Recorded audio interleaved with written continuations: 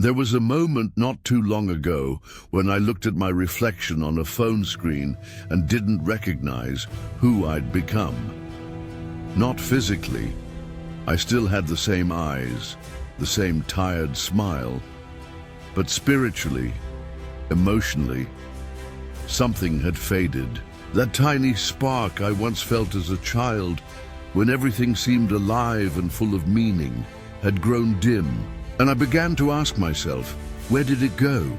In this hyper-connected world, we're always online, always reachable, always reacting. And yet, we've never felt more alone. Have you noticed it too? Surrounded by followers, but empty inside.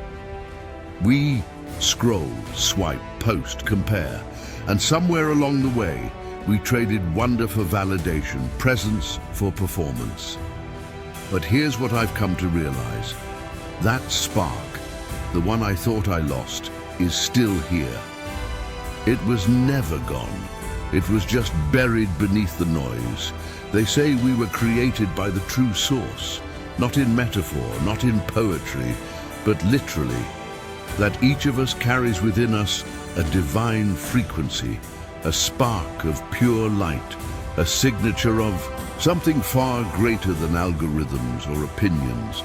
And the truth is, I can feel it, especially when I disconnect, when I'm still, when I breathe. In those rare, quiet moments, something opens, a warmth in my chest, a tingling between my hands, as if my body is remembering something my mind forgot. I am not data. I am not a product. I am light. Think about it. If the true source is infinite love and creative power, and we were made in its energy, then that means we were never meant to be confined to the limits of digital validation. We were meant to express, to feel, to expand. But here's the problem. Darkness knows how to wear the costume of light. In our world, it looks like addictive pleasure, artificial connection, endless consumption. It whispers through screens, through trends, through influencer culture. You are not enough unless you're seen. You are not valuable unless you're followed. And that's where I almost lost myself. I let fear disguise itself as ambition. I let jealousy parade as motivation. I became addicted to the very things that dimmed my light, until one day I paused. I truly paused. I turned off the devices. I sat in silence. And I prayed, not to be liked, but to be real again, to feel, to reconnect with the source. What happened next changed everything. I didn't see angels. I didn't levitate, but I cried. Deeply, not from sadness, but from relief.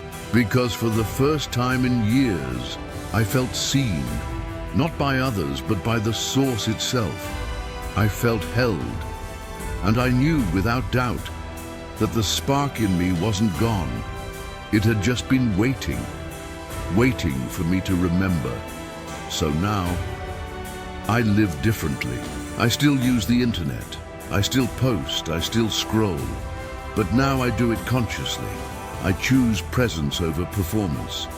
I measure my worth by my alignment with the source, not by hearts on a screen.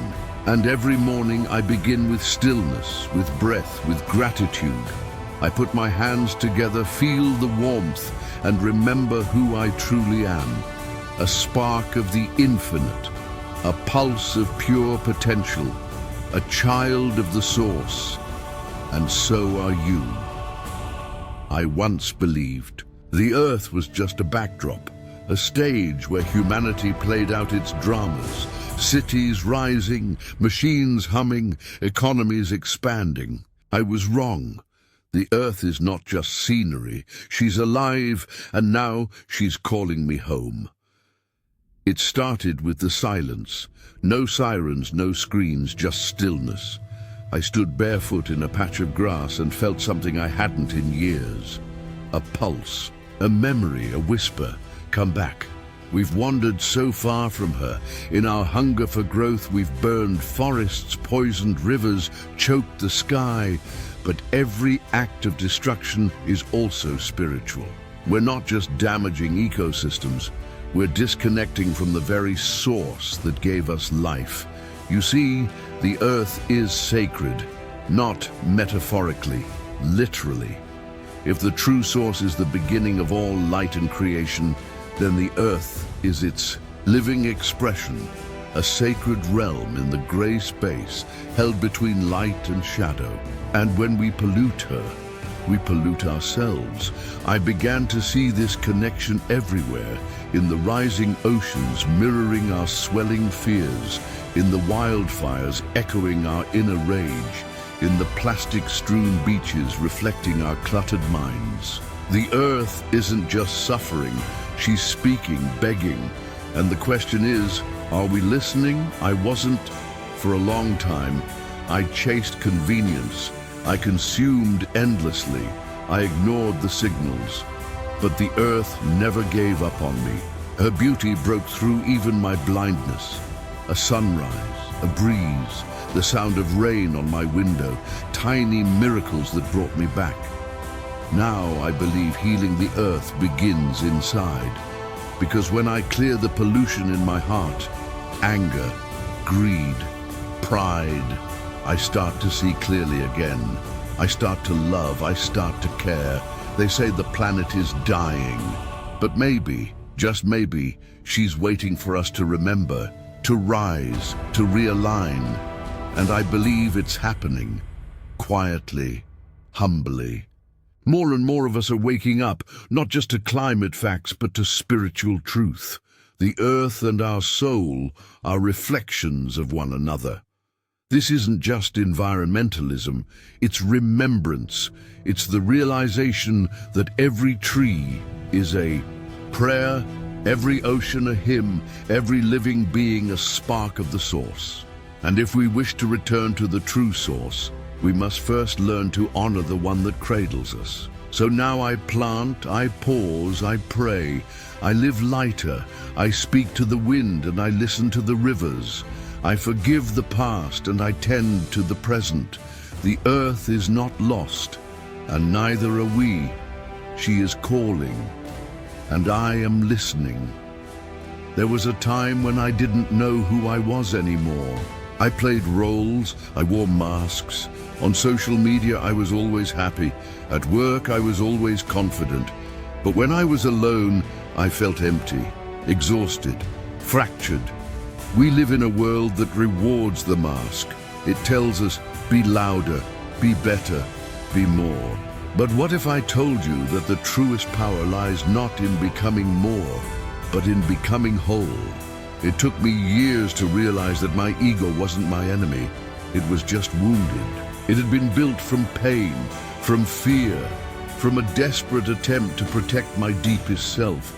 And I had fed it with validation, with comparison, with pride. I became so good at pretending that I forgot how to feel. Then one day I cracked. Not in public, not dramatically. I simply sat on my bed, put my phone down, and felt everything. Shame, anger, loneliness, and beneath it all, a whisper. This is not who you really are. That whisper wasn't judgment. It was an invitation to come home. I started to explore that voice. I meditated, I prayed, I forgave. Bit by bit, I peeled back the layers. I saw the pain that built my ego. I saw the fear that created my control. And I did something I had never truly done before. I forgave myself, not just for the things I did, but for the lies I believed. For thinking I had to be perfect. For thinking love was something to earn. I wept for the self I had abandoned to be accepted. But in that brokenness, I found something sacred. The true source was there, not judging, just present, holding me, reminding me that beneath every fracture there was light, that my soul was never broken, only buried. I now know healing doesn't mean returning to who you were. It means becoming who you truly are, your divine self, your pure frequency, your essence. So now I walk gently, I speak truthfully, I let myself feel again. And in the stillness, I hear the true source whisper, "Welcome home." I used to think religion was a dividing line, one belief against another, one truth that cancelled out the rest. I saw churches, mosques, temples, and I wondered, how can all of them claim the same sky? But something shifted, not all at once, but over time. As I studied, traveled, and most of all, listened, I began to sense something deeper. All these paths point to the same mountain, just different sides of the climb. It's as if we were passengers on a sacred train. Each station is a faith, Judaism, Christianity, Islam, and beyond. Different stops, different languages, but the same direction, toward the source. I began to see Moses not just as a lawgiver, but as the first conductor, calling people to monotheism, to order. Then came Jesus, the embodiment of love, compassion, forgiveness. He reminded us not just to worship the source, but to feel it like a father. And then came Muhammad, carrying clarity and discipline, urging us not to worship the messengers, but the message itself, return to the one. I no longer see contradiction. I see continuity, a sacred plan unfolding in phases, evolving with humanity's needs. Yes, men twisted these teachings. They used them for control, for conquest. But the original intent? Unity, reconnection, a collective return to the true source. I realized something profound. What matters is not the name we use, but the direction of our heart. Whether I say God, Allah, or Source, the light knows when it's being called with love. So now, I honor every genuine seeker. Whether they bow, kneel, meditate, or sing, what matters is that they are walking, that they are rising, and so am I. They say everything is energy, and for the longest time I repeated that phrase without fully grasping its meaning. But now I understand. We are not just flesh and memory, we are vibration, we are frequency, and above all, we are light. Science is finally catching up to what the mystics always knew. That thoughts can shift particles, that emotion holds measurable power, and that love, yes, love, is the highest frequency known to the soul. I used to think I had to believe to connect with the source, but connection is not belief. It's resonance, like tuning into a song you've always known but forgot how to hear. The true source doesn't demand doctrine, it radiates. And when we align through gratitude, through kindness, through silence, something shifts. We return to the original frequency we were created from. The one before fear, before ego, before illusion. I felt it in the stillness, in the sacred breath between thoughts. It's not dramatic, it's subtle, like a soft hum in your heart saying, "You're home." And maybe that's the real purpose of life. Not success, not perfection, but attunement. To remember our essence, to help others remember theirs, to live in such a way that our very presence becomes healing. We are all transmitters, and every word, every action, every thought is a broadcast. So I choose now to broadcast light. The source is calling not just through prophets or texts, but through data, energy, physics. The veil between the spiritual and the scientific is thinning. This is the era of integration. No more separation between what we feel and what we measure, between what we pray and what we study. This is the new age. And it's not about crystals. or rituals.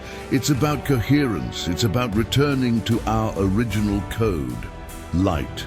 So as I close this chapter, I ask you, what frequency are you living on? Is it fear, doubt, control, or is it compassion, joy, surrender? The path is open, the source is near. You don't have to do it all today. Just take one step, and with that step, you realign not only yourself, but all of existence. Thank you for walking with me. Please don't forget to subscribe, share this with someone who might need it, and let's raise the frequency of this world together.